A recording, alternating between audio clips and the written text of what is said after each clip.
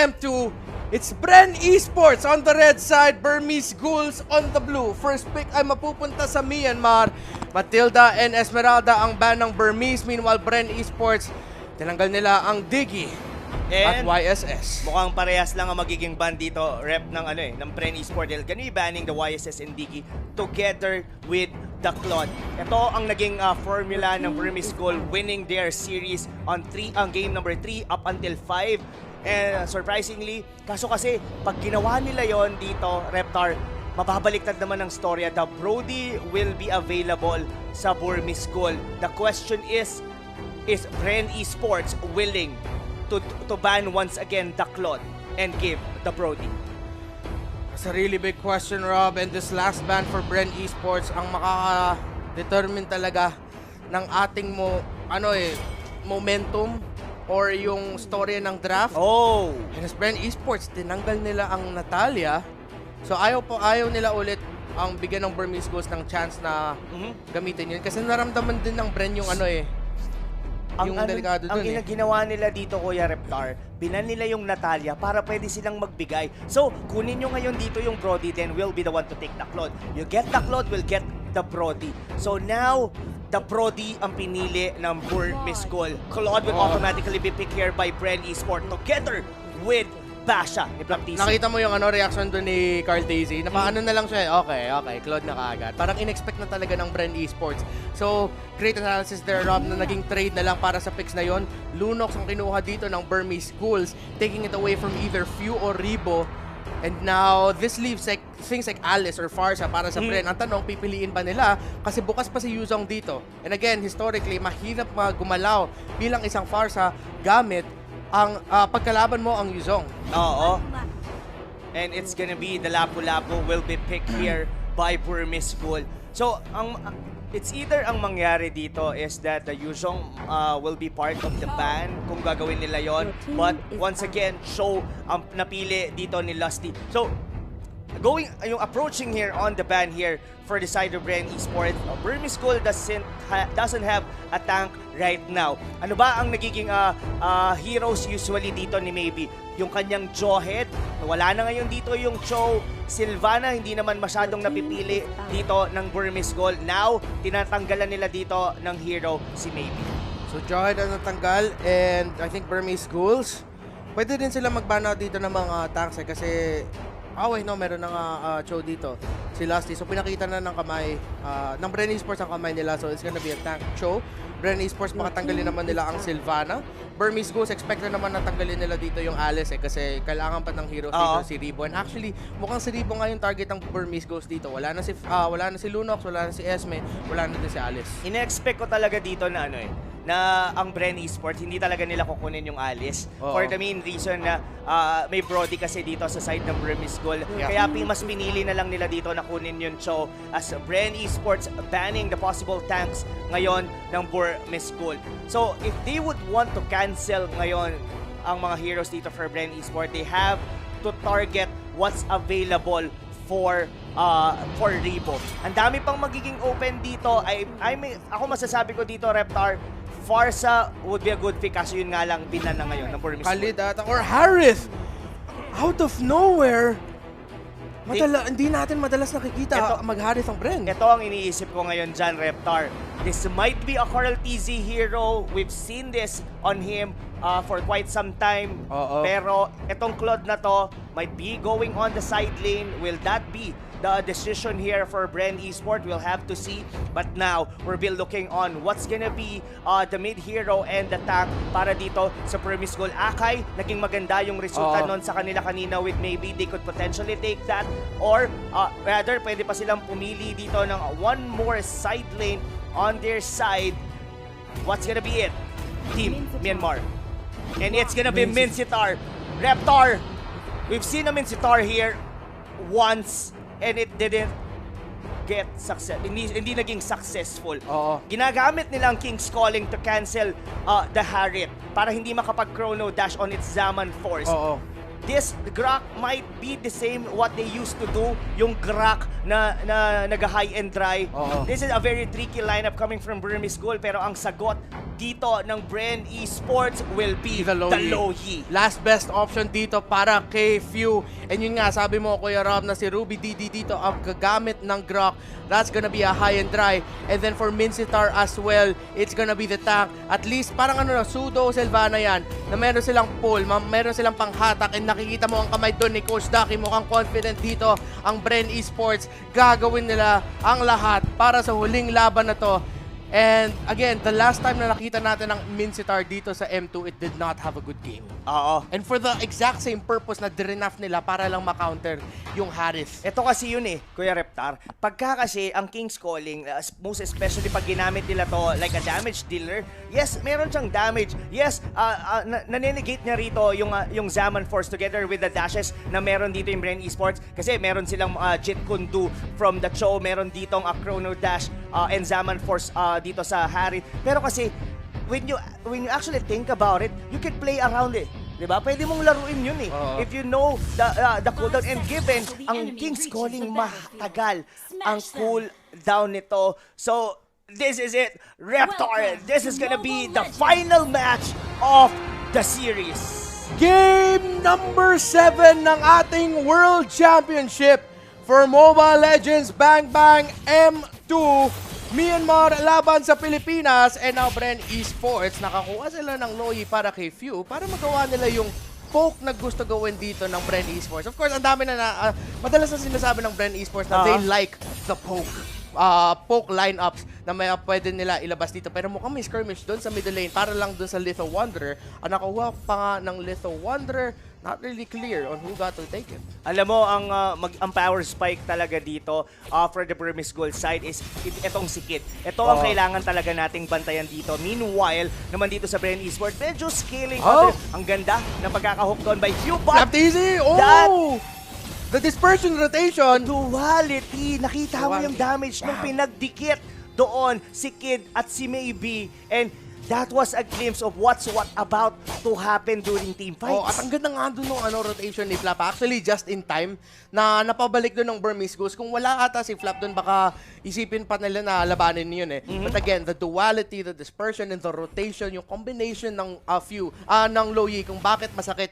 And a lot of people na ayaw talaga kalabanin yan in the early game, ang taas ng damage kahit 1 minuto pa nga lang. Oo, pero kailangan nilang mag-ingat doon sa mga ganong klaseng sundot ni Maybe, as it could get very deadly para sa side dito ng Bren Esports. Buti na lang may mga purify yung dalawang mages dito ng Bren Esports, as they could be able to cancel it out. Even Ribo pwede siyang umalis agad sa may King's Calling if it actually needed. So Burmese Ghoul, they could potentially be the one to set the tempo here on the game, since nasa kanila ngayon ang Brody, let alone nasa kanila din ang Lunox. And wow! Masakit! Masyadong masakit dito si Kuya Few. Wala pang level 4 yan. Hindi makakahook dito si Maybe. And ang Bren Esports, umikot na sila dito sa may Turtle Pit. Mukhang may magkaka-rotation or magkaka-ultimate dito si Loyi. Na-force out na nga yung Power Forger Brilliance. Bren Esports tuloy pa rin ang laban nila. Ribo, nagpo-focus pa lang siya doon sa bottom lane for the gold lane. Kailangan nilang gawin yun. And again, the damage from Few. Isa sa mga X-Factor natin dito, Rob. Hindi na ma-maximize ngayon ng Burmese Ghoul yung power spike nila, as they are very strong on the first 5 minutes of the game. Look at that. The diversion doon sa may bandang likod. That was only literally a diversion. Pero si Few is actually get picked off.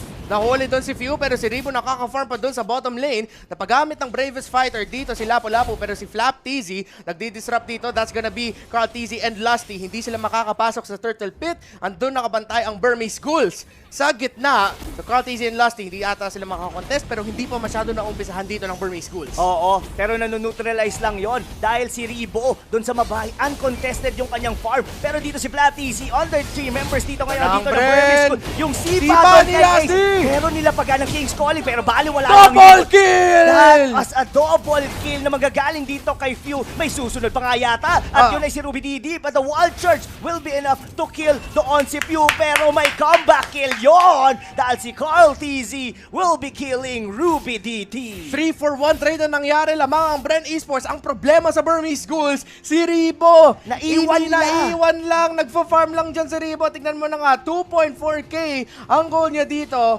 Palapit-lapit na siya para sa first main item niya. And now, Burmese Ghouls, yung mga mangyayari dito, kailangan na nila mag-send ng isa para depensahan lang yung bottom lane. Yung masakit doon, hindi mahirapan dito ang Burmese Ghouls in a team fight. Alam mo, lumalamang na yung Bren. Lumalamang talaga sila dito. Naiwan nila na nagpa-farm dito sa baba. At ito lang yun nakita na natin yung King's Calling. Binagsak nila yun doon. Pero it doesn't even matter. Well, wala pa naman dun si Ribo. That is the reason why they actually picked it. Pero it's all about you making the plays and the damage. Another King's Calling ang magagaling dito kay Maybe. Hindi nahatak dun si Ribo, nagamit niya yung Purify para manegate yung hatak dun ni Maybe si Flap TZ na sobrang nabawasan dito. Kailangan na niya bumalik sa base. Lusty nag-position na spot out dito si Main Sitar, kinombohan, and here comes Carl TZ with a blazing duet! And nakakuha ng isa ang Bren. Lumalamang dito ang Bren at lumalaki ang lead. Burmese Ghouls, medyo nahirapan, hindi sila masyado makahanap ng momentum na hinahanap nila. Pero wag natin kalimutan, meron pa silang Brody kay Ace. At ayun na, yun ang gusto nating alamin is kung kaya ba nilang i-neutralize yun. Dahil si Carl TZ ay napitas! The wombo combo na nilabas dito ng Burmese Ghouls. Kinumit nila lahat ng ultimate and that is gonna be a gold swing para sa Burmese. Pero kapit lang, hinga lang tayo Pilipinas kasi si Ribo sa bottom lane, ang daming farm na nakuha niya on that Harris. Nabasag din niya yung unang torre ng laro natin. Si Flap TZ nagsusustain dito. Ace and Maybe, ginagamit nila lahat para lang mapitas dito si Flap. And hindi makakatulong ata si Ribo pero gulong, tumalon at nakabalik pa nga si Flap TZ. Oh no, ang kunat ng gulong. Yun yung literal talagang nahangin ng chicharon. Dahil si Ribo dito ang makakatakas to using that Zaman Force. And ngayon, Reptar, dikit ang gold. Pero tayo ang unang nakakuha ng torre. Pero ito ang iisipin mo. Power spike, nasa Burmese Ghoul yun. Pero sumasabay ang Bren Esports sa early game. We have the Claude, we have the Harris. Meron din tayong Loyi, the magic damage of the zoning ay ang nandun para sa atin. Sila, sisipain dito, si D and si Ribo. The combination is there. Si Maybe ginamit yung King's Calling para negate dito si Ribo. And mukhang makakalaban dito ng Burmese Ghouls. Nahuli si Ribo at nahuli si Lusty. Double kill yun para sa Lapu-Lapu. Si Kid, nakita dito si Few. The dispersion, the rotation, the duality, 1-for-1. Few versus Kid. Idol ng mga kids versus the Kid of Burmese Ghouls. And mahuli dito si Few. The rotation by Ruby Didi. At nakatakas pa nga dito si Kid with the power of order brilliance. Pero shutdown naman para kay Flap TZ. Nakakaganti pa dito ang Bren Esports. 2-for-1 na ang lead ng torre natin. But ang Bren Esports wala pa sa talo. Andito pa rin sila sa laban na to. Ang nangyari kasi doon sobrang fortunate na nandoon si Maybe. Ang saktong-sakto yung lapag ng King's Calling as two heroes ng Bren Esports. Talagang nagre-rely with the mobility, with their dashes. Sakto yun, si Lusty at si Ribo yun. Pero si Carl TZ rito, mga kaibigan, still got the form as Kid is about to go down dahil si Ruby Didi medyo na late ng konti. Si Carl TZ, buo pa buhay niya, hindi pa ata papasok. Pero yung push na ginawa ng Bren Esports galing sa top, papuntang purple buff, yung parang mukhang hinahabol nila mga membro ng Burmese Ghouls. Ginawa lang nila yun para maka-farm si Carl TZ and si Ribo. Look at that, Zaman Force, basic attack, 2-for-2 na ang torre natin. It's still a close game. Neck to neck pa rin tayo dito sa World Championship Grand Finals, Kuya Rob. Umihinga pa nga. All the while, Bren Esports are actually taking the lead as ngayon, Burmese Ghouls, sumasapak-sapak sila ngayon dito, Reptar. Pero kung mapapansin mo, yung pwesto dito ng mga members natin, mas free gumalaw dito ang Bren Esports as Carl TZ is actually having the time of his life na mag-farm sa mga jungle nila. King's Calling pero Tortoises Princess ang kinakain dito ng Burmese Ghouls. Ayaw mo na sobrang malapit sa iyo si Flap TZ and that's gonna be Carl TZ going in. Art of Thievery, mataas pero hindi siya makakahanap ng opening kung makapasok. 35 seconds hanggang mag-spawn ang segundong turtle natin sa laro na to. And Flap TZ trying to find a bit of control there in the bottom lane. It's still a really close game. It can be anyone's game, Kuya Rob. It is, totoo yan. It's anyone's ball game talaga to, Kuya Reptar. Itong gitnang tore ngayon ng Burmese Ghoul, ito yung talagang nag-hold sa kanila para hindi makapag-snowball dito ang Bren Esports. As Pew is about to go down, yung King's Calling, nilapag na dito. Ang tanong, papalag pa kaya rito ang Bren Esports as they are about to disengage. Nire-respeto nila dito ang burst damage ng Burmese Ghoul as they are about to take na lang yung turtle at mukhang hindi yata magko-contest. Tignan mo yung pwesto dito ni Ruby Didi.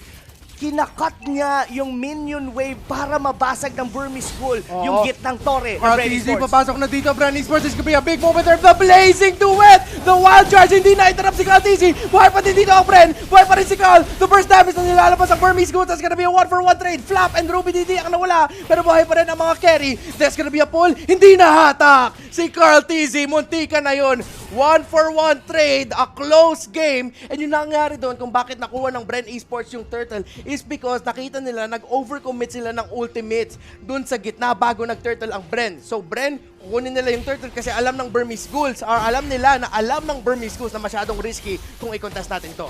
Kailangan i-approach ng Bren Esports yung mga team fights nila carefully. Posible, mas ang pinakamagandang scenario dito, Reptar, mabait nila yung King's Calling for them to be able to go doon sa may backlanes mismo ng Burmese Ghoul. Kasi itong si Ace, sobrang bantay sarado to eh. Look at Lusty, looking in onto maybe, pero kalma lang muna dito ang Bren Esports. They have the map, they could potentially be the one to take the Lord, pero look at here on the bottom lane, as the ay mawawala by Carl TC. Sama pa si Flap TC dahil dito si Few sinozone out yung dalawang members ngayon ng Burmese Ghoul. Nakaka-invade na ang Bren Esports sa jungle ng Burmese Ghoul. Si Grak nasa top lane para maka-split push lang. Pero ito na ang Bren. Sila ang lamang. Kulang dito si D. Kulang dito sila ng damage. Si Lusty with a knock-up. Si Ruby Didi ang disipa. Maybe as well. Si Flap masyadong malalim pero si Flap ang grabe ng zone out dito ni Flap TZ para sa Bren Esports. Lusty with a cake. Flap TZ na wala. Si Carl TZ ang King Calling dito, but the blazing duet is there. Papasok si Carl TZ with the BMI and si Kin ang mahuhuli ni Carl. Bubalik si Carl. Ito si Ruby Didi. Mahuhuli si Ruby Didi. Dalawa ang nawala sa Burmese Ghouls. Double kill para kay Carl TZ. Ang ganda, hindi pa yata sila tapos doon as they are about to go for a diversion doon sa may bottom lane. Maganda na rin yon dahil pwede nilang kunin ngayon dito ang Lord Reptar dahil dalawang members dito ng Burmese Ghoul into the Death Timers is more than, well, mga 20 seconds pa yon. Pero ngayon, kalmado muna tayo. Tignan mo yung Gold Reptar. In terms of map control, tayo ang nakakalmang. Pero yung gold, hindi naman nalalayo. As this Burmese Ghoul, may farm dito si Ace. Kung mapapansin mo, ang galing din ng kanyang spacing. Hindi rin siya basta-bastang pumapasok. Pero kailangan lang ulit-ulitin ng Bren Esports yung ginawa nila kanina. Even Ruby DD, nababurst down na ngayon ng Bren Esports. Yeah, and now Bren, really close. But it's still a long game. Lord na, inumpasahan dito ni Carl TZ. Back siya, nasa likod. Magka-cut off ata dito si Flap. And the positioning of Bren Esports, lamang sila dito. Hindi masyadong makalapit ang mga member ng Burmese Ghouls. This is for the Lord, potentially for the championship. Papasok si Ruby DD and Bren Esports, the discipline. Nireset nila yung Lord, hindi pa sila. Pero si Carl, hinahabol si Ruby DD. He smells blood, he smells a kill. Tignan mo naman, nasusunog dito. Thumbs up! Galing kay Carl TZ.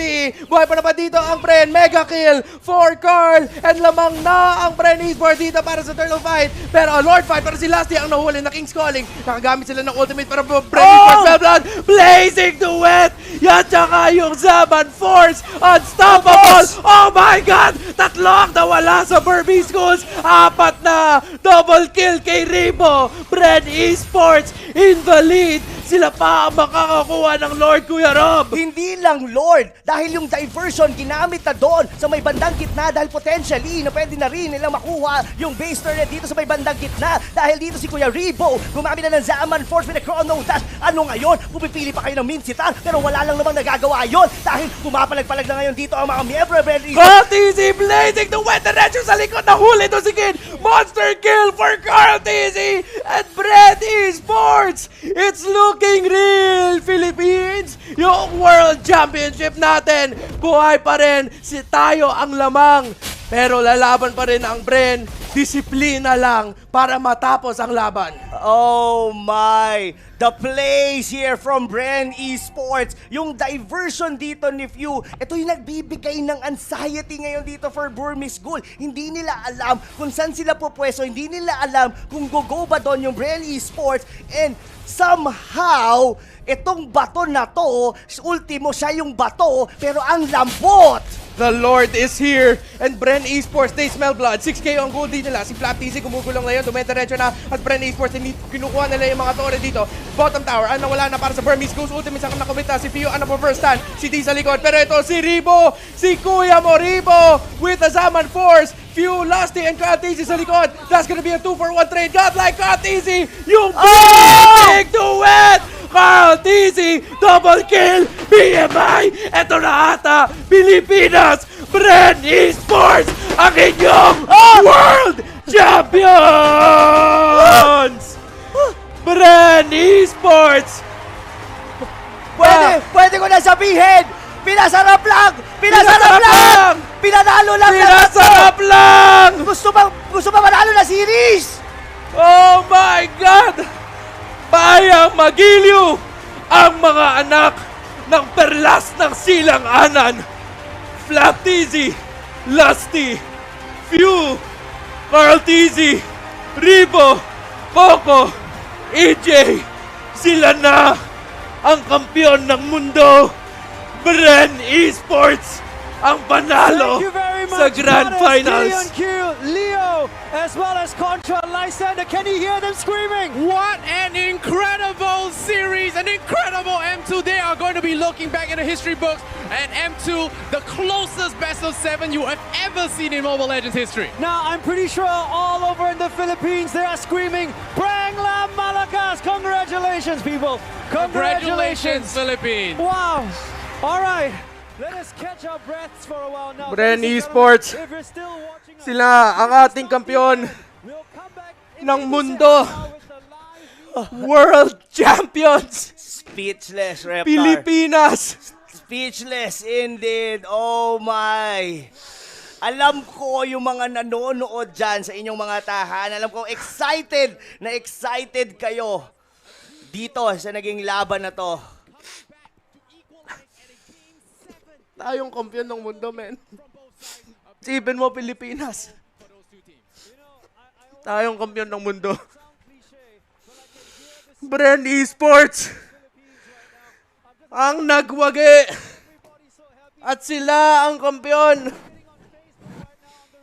History has been made. Ribo has officially completed the perfect trophy lineup. MSC champion, MPL champion, world champion. Totoo ang kasabihan Gold ko medal yung din. Reptar na Bren lang ang malakas. I know you're emotional right now, Reptar, and I can feel it. I can feel it. Let it out. Let it out. Naipatupad ni Coach Ducky. For anything else, we're gonna give you and throw you to our host live in Singapore, Pilipinas. But of course, there can only be one winner.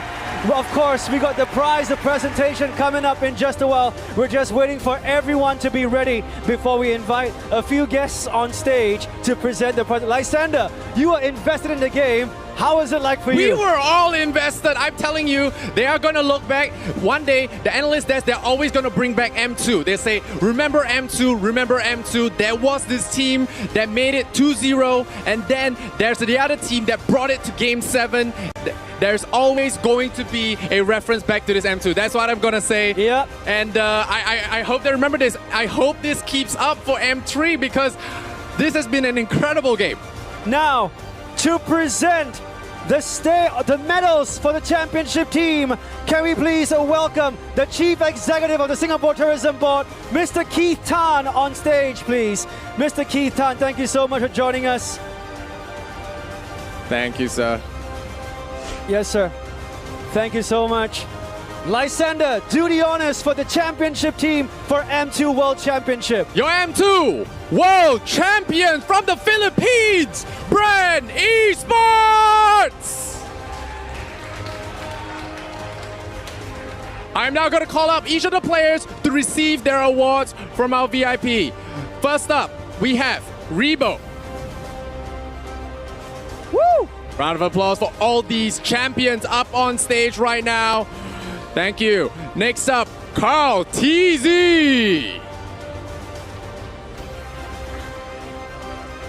And next, we have View. Their tank, Lusty.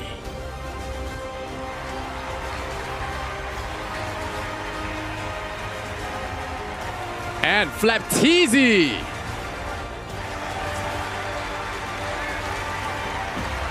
Not forgetting their substitute players as well, Coco, as well as AJ. Definitely deserve their support as well. Congratulations to these players. And of course, the man that brought them all together, their coach and manager, Ducky! Waving the flag for Philippines, a great honor for all Filipinos at home. Mobile Legend history has been made here. All right, now, teams, can we please have a picture of Mr. Keith Tan for the cameras right now? Let's all smile for the cameras. We'll give it maybe say 6 seconds for all your pictures to go down for the cameras. Smile with your eyes, boys. I know the masks are blocking those big, big smiles. So smile with those eyes, boys. Congratulations, you are champions! All right, we're just waiting for the thumbs up from our producers to make sure that we got the pictures down already. Thank you so much, Mr. Keith Tan, once again, the Chief Executive of the Singapore Tourism Board. Please safely make your way off stage.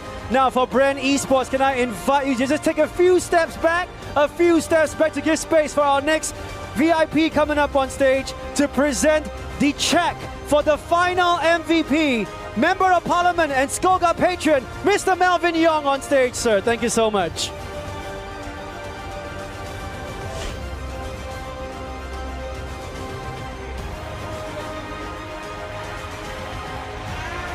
All right. Producers, we need some help. We've not been told the results. I have a good guess. Okay, I have a good guess. I mean, we have been all watching the games. It is the best fencer at M2, the Lancelot specialist, Carl TZ! It was top secret, Lysander. Top secret, that is an open secret. Philippines, you have been so blessed with Carl TZ as your Lancelot specialist. He's done so well across the entire M2 tournament. All right. Carl TZ and Mr. Melvin Young, could we have you in the center stage for a picture, please, of the camera? Carl TZ and Mr. Melvin Young, could we have you center stage for a picture? Thank you so much, sir. And thank you so much, Carl TZ. Show off your check. Show off your MVP check. There you go, Carl. You're gonna remember this for a long time, my friend. Gonna remember this amazing moment for a long time. Everyone smile. We're waiting for the go-ahead. All the pictures to be taken. Front page news tomorrow, I'm pretty sure, in the Philippines and here in Singapore. I'm assuming we are done. Thank you so much once again, Mr. Melvin Young. Thank you so much. And of course, Bren, it's about time. We're gonna need two of you guys. All right. Bren Esports, can I have one on the left and one on the right to lift your plaque now? Bring it to the front first. We're gonna do this on the count of three. All Bring right. it to the front. So Ducky, take the plaque, put it down first. Put it down. Take the plaque. Yeah, be and put it careful. down. It's heavy. It's heavy. It is heavy. Two people? Yep. All right, guys. Move it to the front. Take it down move it to first. the front. Yep. All right, be careful with it, guys. All right, put it down. All right. Bring it to the front. Ducky, take a few steps forward, Bren Move to the front. Esports. Okay. Joking, we're gonna do this on the count of three. One, two, three. And we go! Your champions once again, Bren Esports for M2 World Championships. Mobile Legends Bang Bang deliver one of its greatest finals ever. Lysander, I dare say, Bren Lang Malacca! malakas! Malakas indeed! Congratulations, Philippines. Well earned, well deserved.